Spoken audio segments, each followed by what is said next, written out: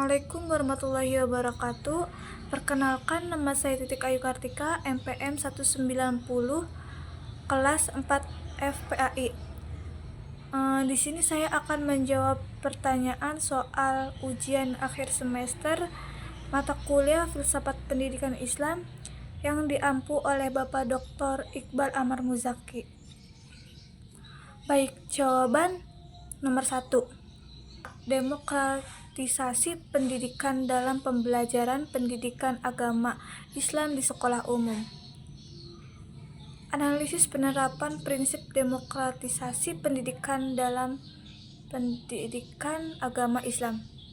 Prinsip-prinsip demokratisasi pendidikan mencakup inklusivitas, partisipasi, keadilan, dan penghargaan terhadap perbedaan. Dalam konteks pembelajaran pendidikan agama Islam di sekolah umum, kurikulum yang adaptif. Materi pendidikan agama Islam dikembangkan agar relevan dengan latar belakang multikultural siswa, misalnya menghormati agama lain sambil memperkuat identitas keislaman. Menurut Muslij 2010, pendekatan dialogis. Guru tidak bersifat otoriter, tetapi membuka ruang tanya, jawab, diskusi antara siswa tentang nilai-nilai Islam. Menurut Faire tahun 2000. Nah, ada juga evaluasi partisipatif. Penilaian tidak hanya dari ujian, akan tetapi juga dari refleksi diri, proyek kolaboratif, dan kegiatan sosial keagamaan lainnya. Nah, di sini juga ada tantangan di era digital. Disinformasi agama. Media digital menyebarkan paham keagamaan yang ekstrem. Ini bisa merusak semangat moderasi Islam dalam pendidikan. Menurut Hefner tahun 2019. Kesenjangan digital. Tidak semua siswa memiliki akses dan literasi teknologi yang setara. Nah, ada juga individualisme digital. Media sosial mendorong ekspresi diri yang berlebihan, mengurangi semangat dan kolektivitas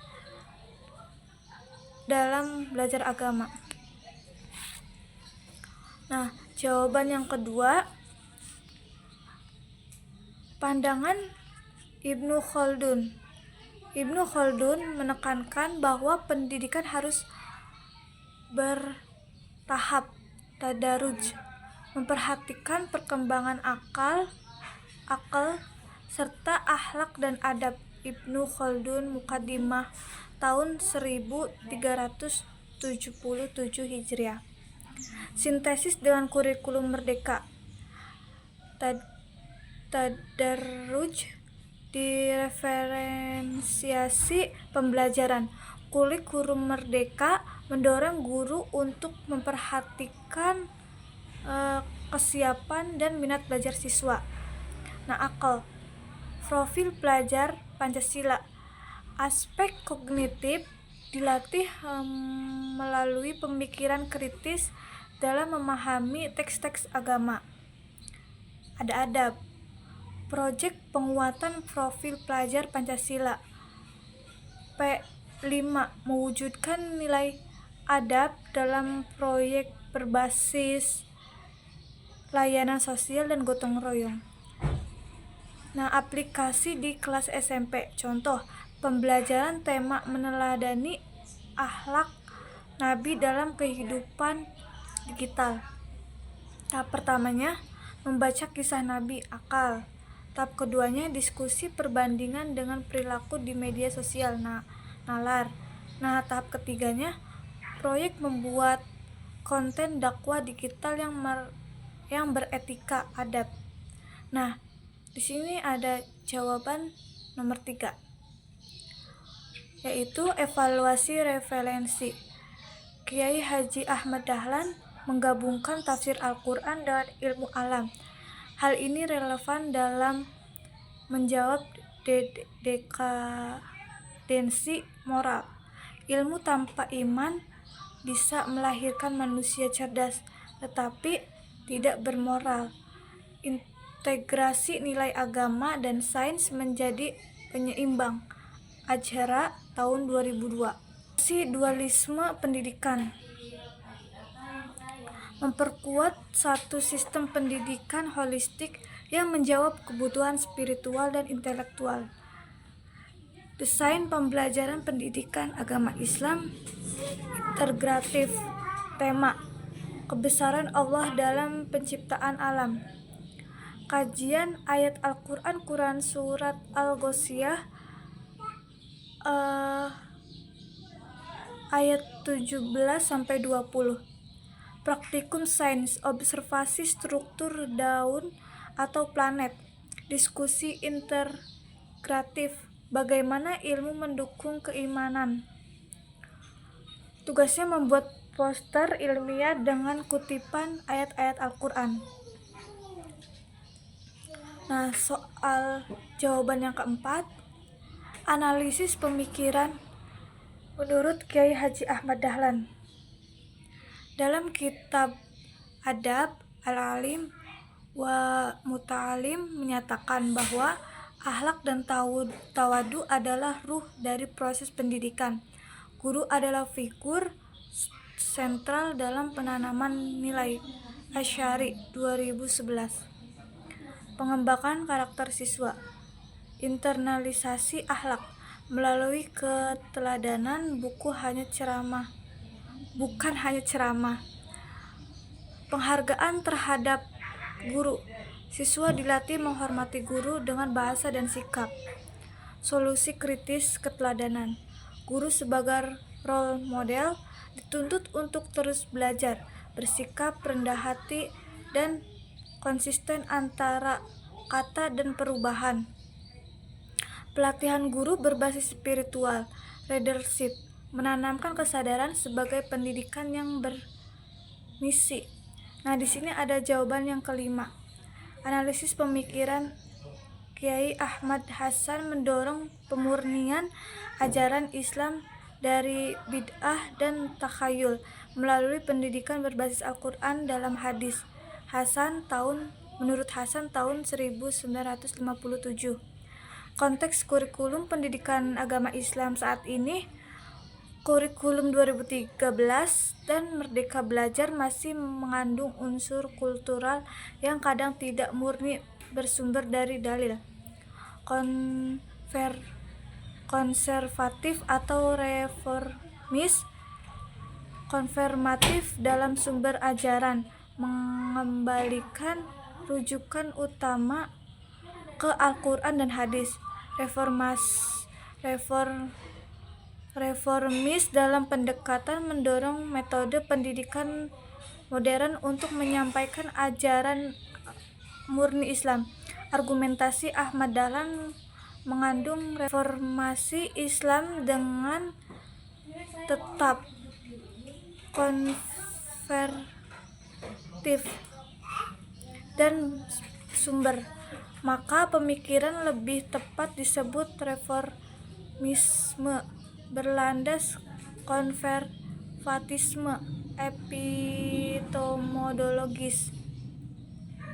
Nah, jawaban yang keenam, ontologi hakikat manusia sebagai makhluk spiritual jasmani yang fitrahnya untuk beribadah. Epistemologi, ilmu bersumber dari wahyu, akal dan pengalaman. Aksiologi, pendidikan bertujuan untuk membentuk insan beradab, insan kamil, bukan sekedar kompeten. Sintesis hubungan ontologi, menentukan pendekatan belajar melalui epistemologi yang sesuai, menghasilkan nilai dan etika. Aksiologi, landasan visi misi pendidikan agama Islam. Visi, menghasilkan pendidikan yang mengintegrasikan nilai keislaman, keilmuan, dan kemanusiaan. Misi 1. Mengembangkan ilmu pendidikan agama Islam berbasis wahyu dan akal. 2. Membina karakter Islam. 3. Melayani kebutuhan umat dengan pendekatan integratif. Nah, Jawaban soal yang ketujuh, evaluasi.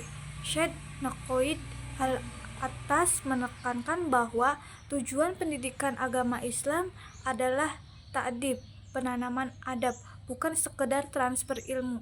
Al-Atas tahun 1991. Perbandingan pendidikan nasional menurut Undang-Undang Dasar Nomor 20 Tahun 2003 menekankan potensi kepribadian dan kebangsaan. Ta'dib menekankan keteraturan jiwa, akal dan perilaku berdasarkan nilai Islam. Aplikasi dalam RPP, Rancangan Pembelajaran Pendidikan Agama Islam.